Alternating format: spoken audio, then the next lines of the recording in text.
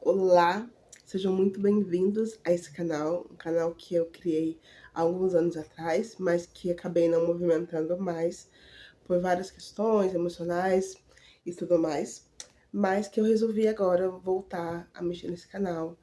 É um conteúdo que ele vai ter alguns momentos de conteúdos com a minha companheira, outros conteúdos sozinhas, mas basicamente o principal conteúdo, não digo o principal conteúdo, mas o primeiro conteúdo desse canal vai ser meu processo sobre a cirurgia bariátrica.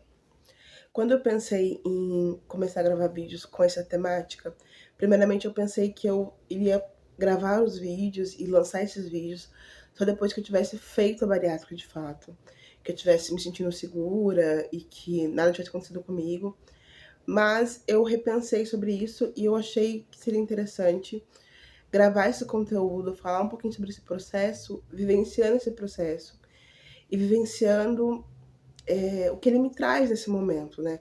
Porque pode ser que, de repente, daqui a um ano, a minha percepção mude sobre tudo isso.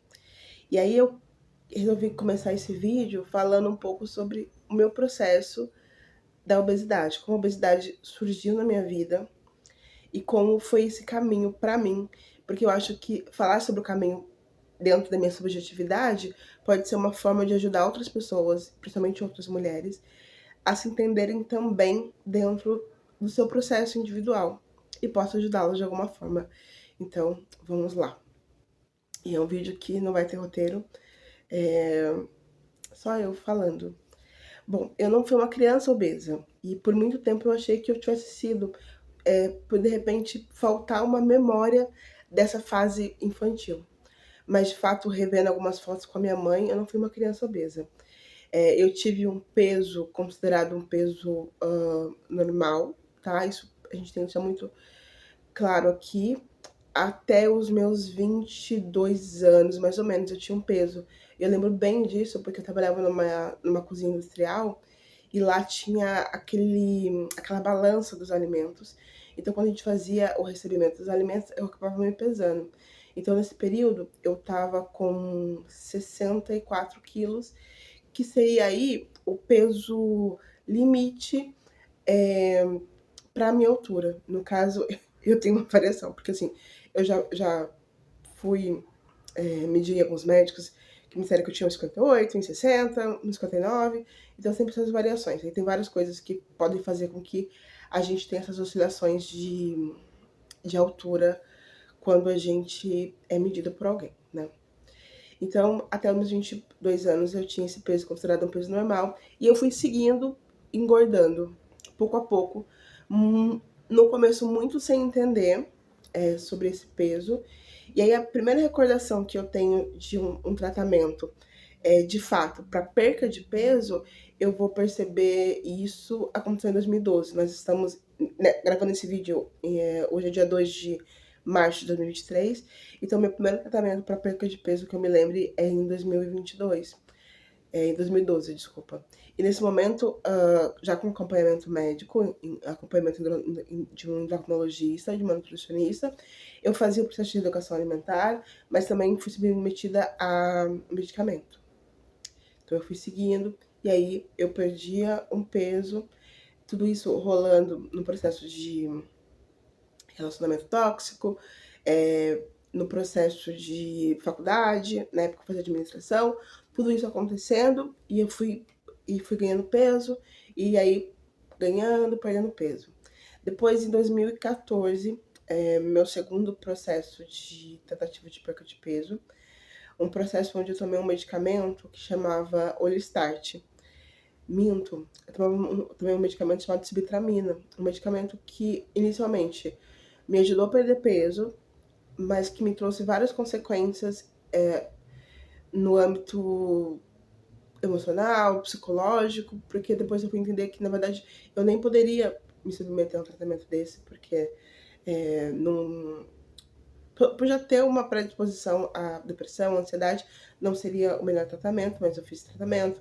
Posteriormente, eu usei o Olistart, que é um medicamento que ele não inibe o apetite, mas ele transforma basicamente 30% daquilo que você consome em gordura, ele faz com que você elimine aquilo nas fezes, então que era algo que causava inúmeros constrangimentos, inúmeras situações muito problemáticas pro meu dia a dia, para uma pessoa que trabalhava, estudava, era muito problemático. Mas aí eu fui seguindo nesse período todo, que se inicia de 2012 e vai até 2017, com o processo de idas e vindas de emagrecimento. Já em 2017, que era o fim da minha segunda faculdade, eu percebi que no último ano de faculdade eu não daria conta de nenhum processo de tratamento para perda de peso, nada. Ah, muito importante. Isso eu quero fazer um vídeo específico, mas eu já tinha tentado um início de processo para bariátrica que acabou resultando na minha desistência.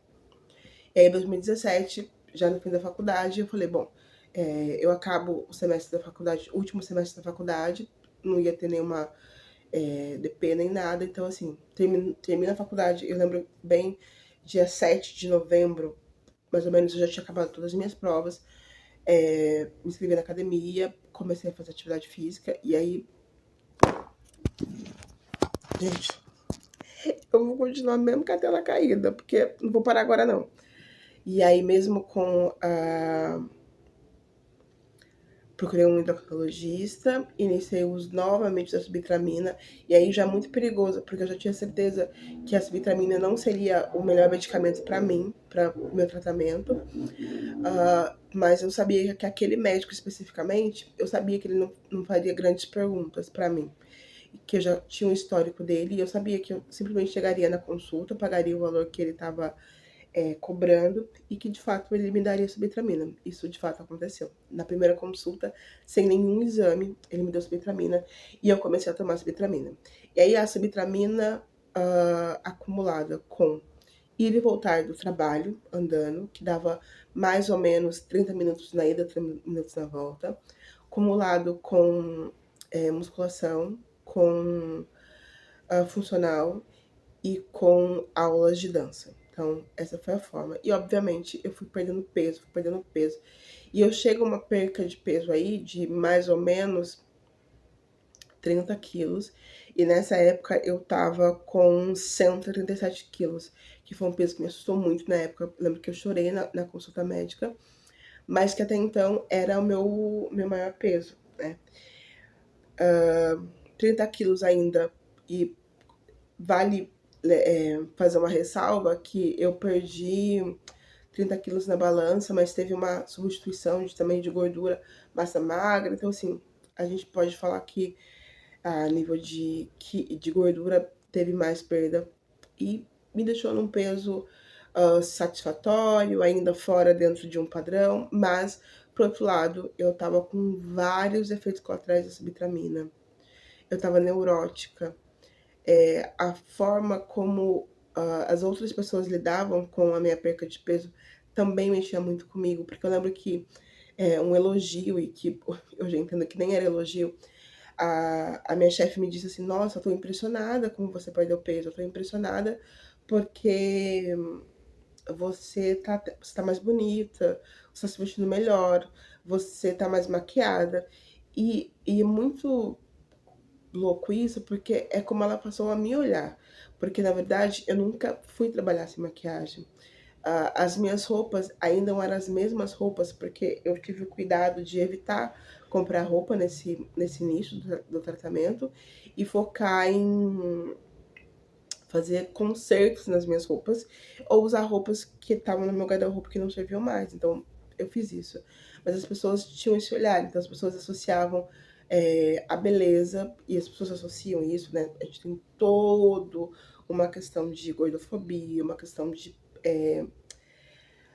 pressão estética, principalmente sobre a mulher, que faz com que a gente tenha todas essas questões. Então, eu decidi, nesse período, parar com a subitramina, entendi que aquilo não estava me fazendo bem. Quando eu passei mal, fui no pronto-socorro e eu falei, não, parou. Mas continuei com a atividade física e continuei tentando me alimentar bem. Mas, de fato, eu não tinha mais aquele medicamento que inibia a minha fome. E aí eu voltei com velhos hábitos alimentares e isso fez com que eu voltasse a ganhar peso. E aí, nesse meio todo, eu formada, já com a minha carteira da ordem, né, sou advogada, resolvo morar sozinha em 2019. E aí começa uma grande loucura, que eu começo a ganhar peso por conta de toda aquela ansiedade que eu tava vivendo daquele início de carreira, daquela nova vida. E aí eu me mudei, acabei relacionamento, muita coisa nova. E depois a gente corta pra vir a pandemia, né? Eu fui morar sozinha em junho de 2019, a pandemia estourou em março de 2020. E aí eu me vi trancada dentro de casa, fazendo tudo absolutamente online. Morando sozinha, eu tinha contato com pouquíssimas pessoas. E aí eu percebi que a ansiedade foi me levando a me alimentar cada vez pior, assim, né? Cada vez pior me alimentando e tendo momentos de acordar 1 hora da manhã pra fazer brigadeiro, fazer beijinho, porque eu precisava de um doce, eu tava ansiosa, eu tava me sentindo sozinha. E essas coisas foram aumentando. E aí eu fui ganhando peso, ainda muito sem controle de quanto eu tava pesando, mas já com a certeza que eu tinha ganhado absolutamente todo o peso que eu tinha perdido em 2017, 2018. Naquele momento eu olhei pra mim, sabendo que alguma coisa precisava ser feita, mas eu tinha a convicção que naquele momento eu tinha que ficar viva, basicamente isso. Ficar viva, me manter saudável dentro do possível, seguir as orientações da OMS. A gente estava num momento governamental diferente, mas seguir todas aquelas orientações, mas que eu não daria conta de pensar num tratamento médico mais amparado. E eu nunca fui a favor de fazer nenhum tipo de mudança alimentar ou né, dieta que fosse sem mínima orientação médica ou nutricional. Então, falei, vou dar um tempo. E aí corta, a gente segue durante esse período. E aí também a pandemia, o fato de ter tido a Covid logo no começo, me trouxe a necessidade, de fato, de ter um convênio médico. Achei que era uma grande necessidade ter esse amparo, né, numa situação de emergencial, ter. Então, contratei o convênio médico.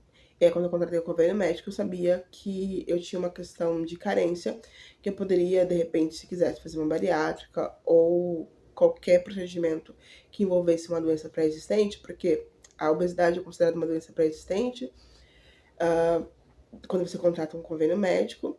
Então opa, tem esse período aí. E a pandemia, a Covid, foi um grande divisor de águas para mim em relação a essa questão da necessidade de perder peso de uma forma definitiva, né? Claro que a gente vai, ao longo da vida, ter oscilações de peso, isso é muito normal, mas as minhas oscilações de peso, elas extrapolam, né, de uma forma muito grande, porque a gente está falando de 30, 40 quilos em dois anos e pouco. Então é muita coisa, inclusive para o meu corpo, meu organismo acompanhar tudo isso e se manter sadio. E aí eu fiz o convênio médico e a pandemia, e aí eu vou tentar tomar muito cuidado com aquilo que eu vou falar. Por muito tempo eu segui, ainda sigo muitas pessoas que falam sobre gordofobia, que falam sobre o movimento corpo livre, sobre várias questões, e que eu acho que são muito relevantes, porque assim, as pessoas têm que ser respeitadas dentro da sua individualidade, as pessoas não podem ser tratadas como um ser único. As individualidades, elas precisam ser respeitadas. Mas aí eu me vi, no meio da pandemia, brigando com pessoas, me posicionando nas redes sociais, uh, nesse período por questões políticas e outras questões que eu sou envolvida socialmente falando, eu estava diretamente falando sobre fiquem em casa, sobre a importância de não ser um negacionista, sobre a importância de entender que existem organizações nacionais e internacionais que estão nos orientando sobre a seriedade da Covid-19, sobre a seriedade da vacina. E tudo isso na minha cabeça. Ao mesmo tempo, já quando surge a vacina, pessoas obesas, elas passavam na fila. para serem vacinadas. E aí eu falei, mas ué, eu não sou doente, eu queria perder peso, mas assim, tô aqui na minha vida, sabe? Eu sou uma pessoa ativa, sou uma pessoa. Os meus exames estão minimamente bons, então. E aí eu falo, tá, então por que não pode existir o negacionismo em relação à vacina sobre a Covid? E por que eu posso ser negacionista em relação ao fato de eu ser uma mulher obesa? E aí a ficha deu uma caída e foi meio assustador, mas eu digo que eu precisava mudar. Fiquei um ano com meu convênio, fiquei, né, um ano com meu convênio médico. Quando eu completei um ano, eu pude iniciar o processo pré-operatório para para bariátrica, que é o que a gente falado sobre um outro vídeo. Então, é isso. Eu entendi que de fato eu precisava fazer um tratamento referente à obesidade, de uma forma mais consistente, uma coisa pensada para curto, médio e longo prazo, e que eu não podia mais me permitir essas variações todas de peso, né? Que isso não diminuiu e não diminui o amor que eu sinto por mim, o valor que tem, esse corpo é meu corpo, esse corpo me trouxe até aqui, até meus 39 anos, com esse corpo que eu me apaixonei, me apaixono todos os dias pela minha esposa, é com esse corpo que eu amo e sou amada, com esse corpo, juntamente com o meu intelecto, que eu trabalho, mas também é que com esse corpo que eu cheguei no momento que eu estava adoecida e eu precisava mudar. Eu vou parar esse vídeo por aqui, porque eu acho que eu já falei demais, mas eu acho que era importante esse momento muito de bate-papo, esse momento muito de sinceridade. E eu espero que a gente possa construir um espaço, sobretudo não de verdades absolutas, mas um espaço que a gente possa se questionar, requestionar, pensar, ir e voltar e fazer. Eu pretendo fazer novos vídeos, falar sobre a questão, sobre o processo de dentro do convênio, sobre várias outras questões, também usar o fato de ser advogada para poder dar dicas. E é isso, a gente fica por aqui, até o próximo vídeo.